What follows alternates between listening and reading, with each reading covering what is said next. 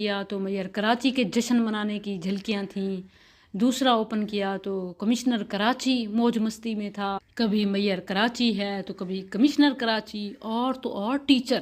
کیا کوئی سوچ سکتا ہے کہ ٹیچر کو یا کمشنر کو یا میئر کو، ان میں سے کسی کو بھی ان کی ذہانت، فطانت، دیانت، محنت، قابلیت کی وجہ سے نہیں، بلکہ ڈانس، پارٹی، گانے، ٹھمکے، نیم بھرنا لباس میں فوٹو شوٹ، ان خباستوں کو صلاحیتوں کا نام دے کر سر آنکھوں پہ بٹھایا جاتا ہے۔